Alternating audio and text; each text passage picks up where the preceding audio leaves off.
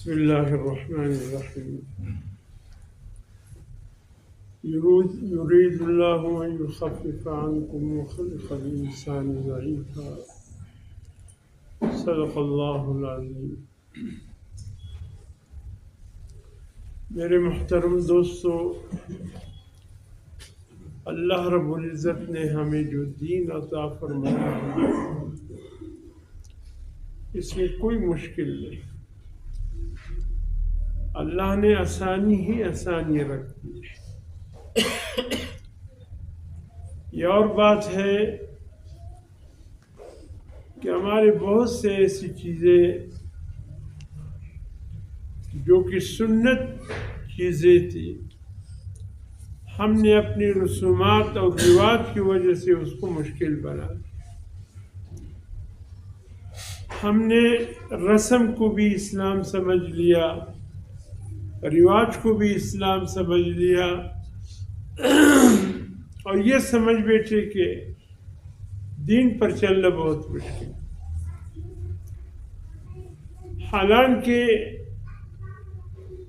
اللہ پاک نے جو دین عطا فرمایا اللہ پاک نے قرآن حکیم میں جا یرید اللہ ان یخفف عنکم وخلق الانسان ضعیفا، کہ انسانوں اللہ نے جو دین تمہیں عطا فرمایا اس میں بہت تخفیف رکھ دی، آسانی رکھ دی گئی. اللہ جانتے ہیں کہ میرے بندے بہت کمزور ہیں. خلق الانسان ضعیفا، انسان بڑا ضعیف ہے، کمزور ہے. اگر اس میں مشکلات ڈال دیے تو عمل نہیں کر سکے گا، چل نہیں سکے گا. اس لیے اللہ پاک نے قدم قدم پر آسانی فرما دی. یہ اور بات ہے کہ ہم اس کو بھی مشکل سمجھ بیٹھے ہیں. حالانکہ میرے محترم دوستو، نماز ہے. 24 گھنٹے کی زندگی میں اللہ پاک نے 100 گھنٹہ اپنے لیے رکھا ہے کہ یہ 100 گھنٹے مجھے دے دو. فرض نماز وہ ہمارے لیے مشکل ہو گیا، پڑھ نہیں سکتے، وقت نہیں ملتا. اس میں بھی ہم پتہ نہیں کیا کیا مشکلات اپنے لیے نکالتے ہیں. حالانکہ فجر کی نماز میں کتنا وقت لگے گا، ظہر میں کتنا وقت لگتا ہے، عصر مغرب عشاء میں کتنا وقت لگتا ہے. فرمائے 24 گھنٹے میں یہ 23 گھنٹے تمہارے، 100 گھنٹے مجھے دے دو. اب اس میں مشکل کیا ہے؟ رمضان المبارک کے روزے ہیں پورے سال میں، پورے سال صرف 1 مہینہ. اگر اللہ چاہتے تو 1 مہینہ روزے کا حکم دیتے، اور 1 مہینہ اللہ فرماتے کہ بھئی مت رکھو، 1 مہینہ رکھو، 1 مہینہ مت رکھو. نہیں، فرمائے 11 مہینے تم کھاؤ پیو، 11 مہینے تم کھاؤ پیو، 1 مہینہ صرف مجھے دے دو میری رضا کے خاطر. فرمایا صبح صادق سے لے کر غروب آفتاب تک، فرمایا اتنا وقت تو اپنے نفس کے تقاضوں کو دبا کر رکھو. مشکل کیا ہے؟ کیا مشکل ہے؟ پورے سال میں 1 مہینہ روزہ رکھنا کیا کوئی مشکل ہے؟ اللہ ہمارے خالق ہے، مالک ہے، پالنہار ہے. سب کچھ اللہ کی ذات ہے. اگر اللہ فرما دیتے کہ 11 مہینے روزے رکھو، 1 مہینے کھاؤ، اگر یہ حکم دے دیتے تو پھر مشکلات. لیکن فرمایا 11 مہینے کھاؤ پیو، صرف 1 مہینہ فرمایا پورے سال میں روزے رکھو، وہ بھی صبح صادق سے لے کر غروب آفتاب تک. اب سردیوں کے جو روزے آ رہے ہیں جس میں 13 مہینے کا 13 گھنٹے کھاؤ پیو، صرف 11 گھنٹے بنے گا. چھوٹے دن ہیں، کوئی اتنا مشکل تو نہیں ہے،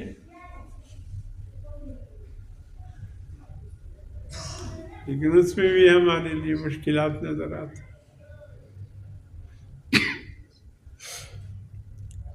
اور مال کا زکوٰۃ ہے، اللہ فرماتے ہیں پورے سال میں 1 مہینہ، اور وہ سب مال بھی نہیں.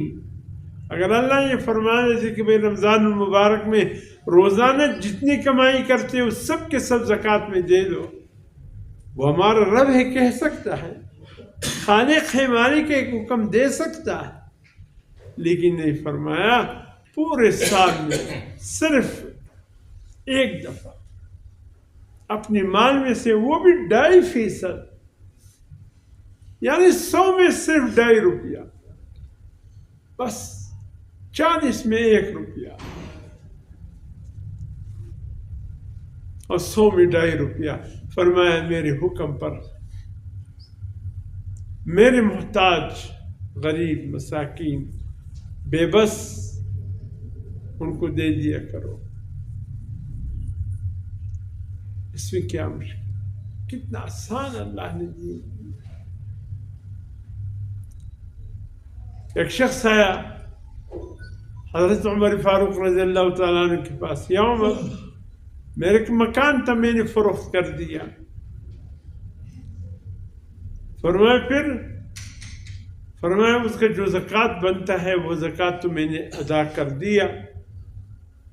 فرمایا پھر اس مال کو لے کر ظاہر کہ اس وقت ایسا کوئی سسٹم تھا ہی نہیں محفوظ کرنے کا.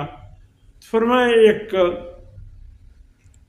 مٹکا دیکھو، اس مٹکے میں یہ رکھ کر کسی محفوظ جگہ میں زمین میں اس کو دفنا دو، جب ضرورت ہوگا وہ نکال کر کے استعمال کرتے رہو. وہ ایسا چہرہ اس کے پیلا ہو کہ یا امیر المؤمنین یہ خزانہ نہیں ہوگا؟ اور اللہ فرماتے ہیں والذین یکنزون الذهب والفضة،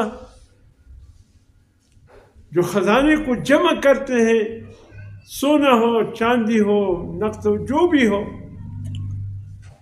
قیامت کے دن اس کے لیے وبال بنے گا.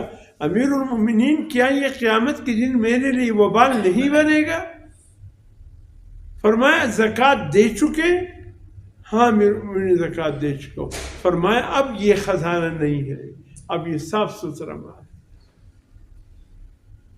حضرت عبداللہ بن عمر رضی اللہ تعالیٰ فرماتے ہیں واللہ اگر میرے پاس احد کے پہاڑ جتنا سونا ہو اور اس میں سے میں زکوٰۃ ادا کروں، پھر مجھے کوئی پرواہ نہیں ہے کہ کتنا بہت سونا ہے میرا.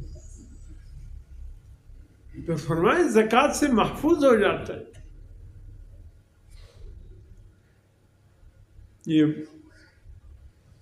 پہلے کی بات ہے، لیکن مجھے یاد ہے ہماری اسی لیاقت بازار میں ایک مارکیٹ ہے، یہ گڑیوں کا مارکیٹ ہے، بانو مارکیٹ ہے کہ بانو بازار ہے کیا ہے. اس میں اعلیٰ اعلیٰ گڑیوں کی ایک دکان تھا، ایک ہی گڑی پتہ نہیں کتنی ہزار کی. رات کو چور آ گئے، چوکیدار کہیں اتفاق سے وضو کے لیے نکلا، جو واپس آیا چور چھپے ہوئے تھے اس کے ساتھ اندر داخل ہو گئے. میری یاد کی بات.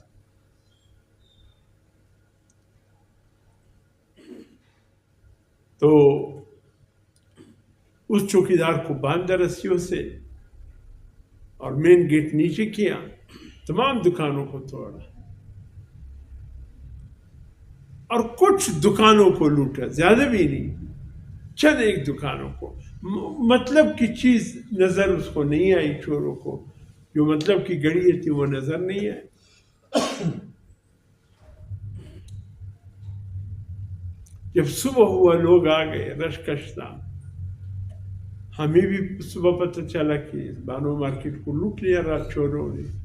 رش کش تھا، ہم بھی گئے دیکھنے کے لیے، آگے پیچھے سمجھ میں نہیں آ رہا تھا. تو ایک حاجی صاحب تھے اور سب سے قیمتی دکان انہی کا تھا. یہ اپنی چشمدید بات کر رہا ہوں، سنی سنائی بات نہیں. اور سب سے مہنگے گڑیاں اس کی تھی، اور اسی کی دکان کو لوٹنے کے لیے چوروں نے پورا مارکیٹ کو چھان مارا. دکان انہوں نے نشانی کیا تھا، لیکن چور تھے. فبہت الذی کا ظلم سمجھ لیجیے، جو ظالم ہے اللہ ان کے عقل جو ہے معاف کر دیتا ہے، کام نہیں کرتے عین موقع پر.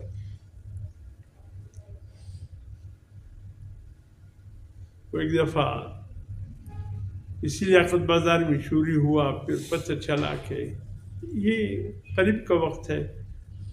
وہ آج کل کوئی جاسوس قسم کے کتے پال رکھے، وہ آ جاتے دیکھنے کے لیے.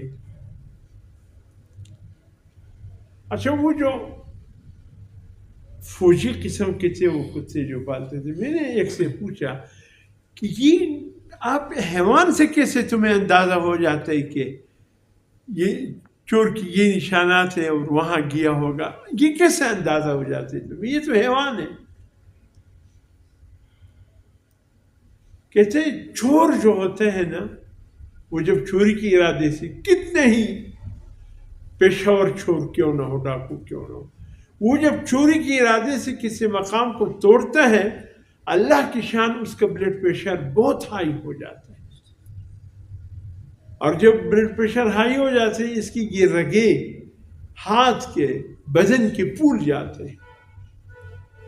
جس چیز کو ہاتھ لگاتا ہے وہ رگوں کے نشان ہاتھ کے وہ اس پر آ جاتے ہیں.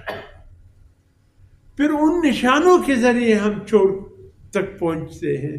یعنی یہ حیوان کی ایسی تربیت ہوئی ہوتی ہے، اس کو سنگاتے ہیں، وہ اس کے پیچھے جاتا ہے. یعنی چور جتنے ہی طاقتور کیوں نہ ہو اور تربیت یافتہ کیوں نہ ہو، وہ اپنے نشان چھوڑ دیتے ہیں.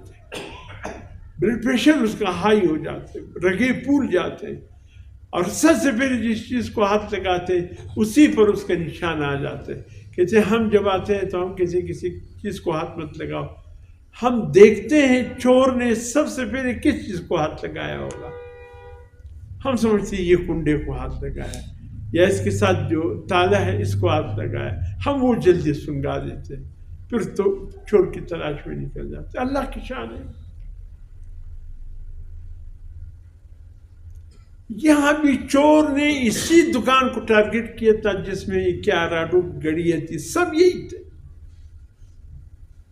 لیکن اس کی دکان سے ایک گڑی بھی چوری نہیں ہوئی، ایک گڑی بھی ادھر سے ادھر نہیں ہوا. لوگوں نے کہا جی صاحب آئے تھے آپ کی دکان کے لیے، یہ جو چھوٹے چھوٹے یعنی جو قیمتی گڑیاں نہیں ہیں اس میں دیکھ کر کوئی ایک ادب اٹھایا، لیکن آپ کی دکان کو توڑا بھی اور ایک چیز کو بھی نہیں اٹھایا، کیا وجہ ہے؟ اس نے کہا مجھے میرے اللہ پر بھروسہ تھا، میں نے اس دکان کی ایک ایک گھڑی کی زکوٰۃ ادا کی تھی، ایک ایک گھڑی کی زکوٰۃ ادا کی. وہ چور جب پکڑے گئے پھر بعد میں ان سے کہا تم نے اسی دکان کو لوٹنے کے لیے مارکیٹ کو سب دکانوں کو توڑا؟ کہا اسی کو. کہا کیوں نہیں لوٹا؟ کہا کہ جب ہم آئے اس کی گیٹ کو توڑا، اندر ہمیں پورا دکان خالی نظر آیا، جیسے کچھ بھی نہیں ہے اس کے اندر. سبحان اللہ. یہ زکوٰۃ معمولی چیز ہم سمجھتے ہیں، اللہ کتنے اس کے ذریعے انسان کے مال اور جان کی حفاظت کرتا ہے، ہمیں پتہ نہیں ہے. معمولی ایک نذرانہ ہے اللہ کے حضور، معمولی نذرانہ، 100 میں 2.5 روپیہ ہے، لیکن کتنا بڑے اس سے حفاظت ہو جاتا ہے. ہمارے قاری شریف صاحب مرحوم رحمۃ اللہ علیہ، خطیب Jama Masjid railway station city Karachi, جب ہم طالب العلم تھے تو اتفاقاً وہاں کوئی ساتھی جا رہا تھا اسٹیشن پر، آگے جمعے کی نماز میں. مجھے آج بھی یاد ہے، یہ 1972-73 کی بات ہے. میری داڑھی مجھ کچھ بھی نہیں تھی اس وقت کی بات، ابھی بھی وہ باتیں میرے ذہن میں. اس نے کہا کہ ہمارے بمبئی کے تھے وہ، کہ جب بمبئی بازار میں آگ لگ گئی یہ اسی مسجد میں بیان کر رہے تھے، آگ لگ گئی، پوری بازار کو آگ نے ایسے الٹا پلٹا کر کے رکھ دیا۔ ایک بڑی میت ہے، وہ ایسا دیکھ رہے تھے، لوگوں نے کہا آپ کی دکان تک بس آگ پہنچنے والی ہے، کہا میری دکان نہیں جلے گی۔ اور اللہ کی شان، جب اس عجیز صاحب کی دکان تک آگ پہنچا تو آگ بجھ گیا۔ لوگ حیران ہو گئے، اس کے پاس آئے، کیا عمل کیا تھا؟ کہا کچھ عمل نہیں، میں نے اس دکان کی ایک ایک چیز کی زکوٰۃ ادا کیا۔ پوری بمبئی بازار جل گیا، وہ عجیز صاحب کی دکان میں جا۔ اکثر ایسا ہوتا ہے کہ سب چیز جل گئی لیکن ایک چیز محفوظ ہو گئی، ایک گھر محفوظ ہوا، ایک دکان محفوظ ہوا۔ یہ راز یہ ہوتا ہے۔ اب بظاہر چھوٹا سا نظر آنا ہے لیکن اس میں اللہ نے کتنی حکمت رکھی۔ اللہ فرماتے تم نہیں جانتے ان چھوٹی چھوٹی چیزوں میں تمہارے لیے کتنا اللہ پاک نے حفاظت رکھا ہے۔ بظاہر چھوٹا سا نظر آنا ہے، سرسایہ یا بھی روزے آ رہے ہیں، بظاہر ایک چھوٹا سا وہ ہوگا، سرسایہ ہوگا۔ حضور صلی اللہ علیہ وسلم فرماتے ہیں جب تک روزوں کے ساتھ فطرانہ شامل نہ ہو جائے اس وقت روزے زمین پر رہتے ہیں، جب فطرانے کی رقم شامل ہو جائے پھر آسمانوں پہ چڑھ پر لگ جاتے ہیں۔ ان کے بظاہر فطرانے کیا ہوگا؟ 200 سے 250 روپے اس سال ہوگا کم از کم، زیادہ سے زیادہ 2500 ہوگا، کشمش وغیرہ کے حساب کیا جائے، کھجور چھوٹا سا ایک نظر آنا ہے لیکن پورے روزے کو اتنی طاقت اس میں ہوتی ہے، پورے روزے کو پھر مل جاتے ہیں، پھر اسی فطرانی کے ذریعے عالم بالا کی طرف یہ روزے چڑھ جاتے ہیں۔ یہ معمولی چیز مت سمجھو، اللہ کے احکامات اس میں بہت بڑا راز ہے۔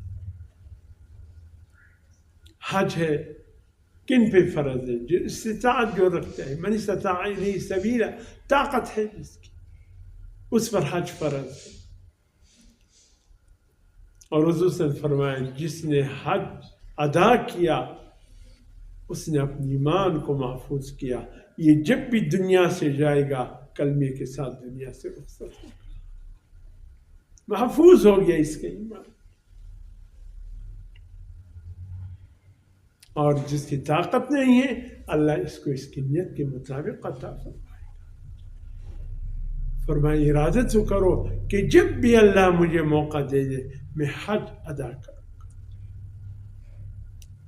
اس میں بھی بہت بڑی ہے۔ تو عبادتوں کو دیکھو، اللہ نے جو ہم پر فرض کی صورت میں بظاہر ایک معمولی ہے لیکن حقیقت میں بہت بڑی اہمیت کے حامل ہے۔ اللہ فرماتے ہیں یرید اللہ، اللہ کا ارادہ یہ ہوا ان یخفف عنکم، اے میرے بندو کہ اللہ تمہارے اوپر تخفیف کرے، نرمی کرے، سختی نہ کرے۔ وخلق الانسان ضعیفا، اللہ جانتے ہیں کہ میرے بندے بہت کمزور ہے، اگر میں نے سخت احکام اس پر رکھ دیے میرے بندے ادا نہیں کریں گے۔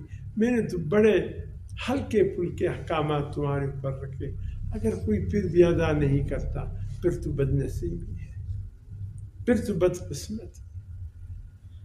اللہ مل کے توفیق۔ تمام حضرات مل کر میرے ساتھ ضرور شریف پڑھیں۔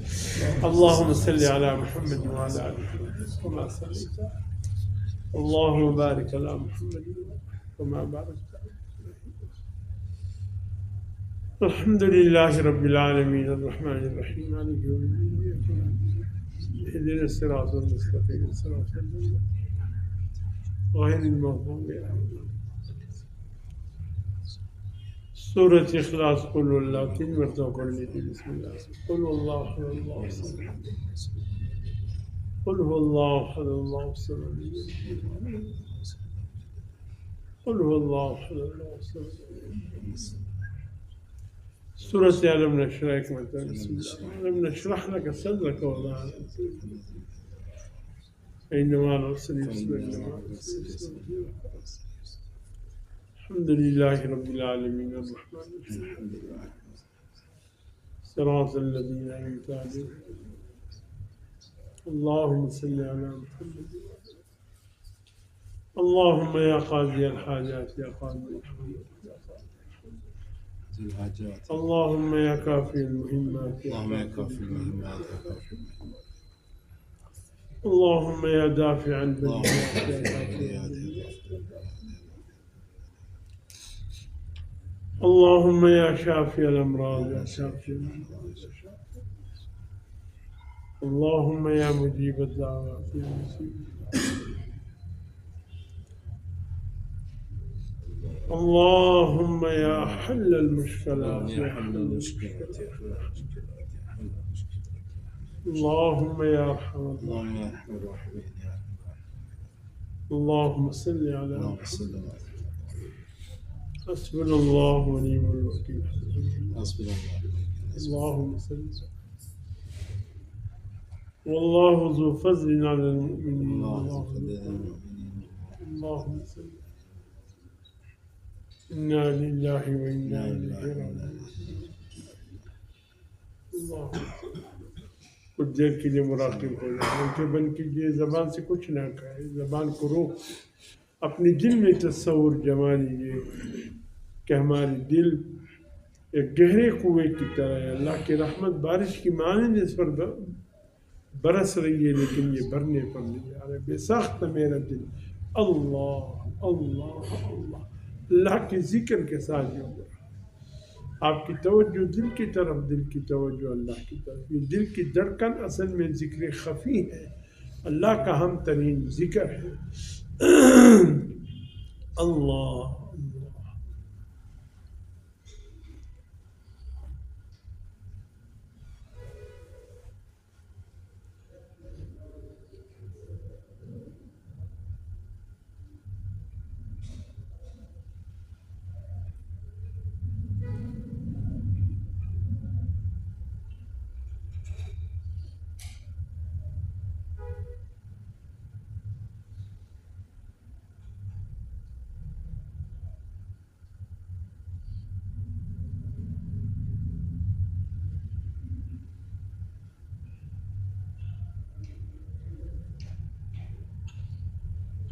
أشهد أن لا إله إلا الله وحده أشهد أن الحمد لله رب العالمين الہ العالمین، ہم سب کی گناہوں کو معاف کر، صغیرہ کبیر گناہوں کو معاف کر، یا اللہ جان بوجھ کر ہوئے ہو انجانے میں مولا معاف کر، الہ العالمین عافیت کا معاملہ فرما، یا اللہ خیر کا معاملہ فرما، الہ العالمین اپنی محبت کا ذرا نصیب فرما، مولا ہمارے گھروں کو، ہمارے شہروں کو، بستیوں کو، ہمارے تمام محلوں کو عافیت و خیر سے مالا مال فرما، یا اللہ ہم سب کی مشکلات آسان فرما، جملہ حاجات پورے فرما، مولا ہماری مشکلات سے بھی تو آگاہ ہے، ہماری حاجتوں سے بھی تو آگاہ ہے، یا اللہ جو تیرے احکامات ہے یا اللہ ان سے محبت اور تعلق نصیب فرما، الہ العالمین کرم رحم عافیت خیر کا معاملہ فرما، یا اللہ رزق کی پریشانی اور تنگی کو دور فرما، آمین، الہ العالمین عافیت کا معاملہ فرما، فضل کا معاملہ فرما، اللہم ارنا الحق حقا وارزقنا اتباعہ وارنا الباطل باطلا، صلی اللہ آمین. علیہ وسلم. جزاکم اللہ خیر.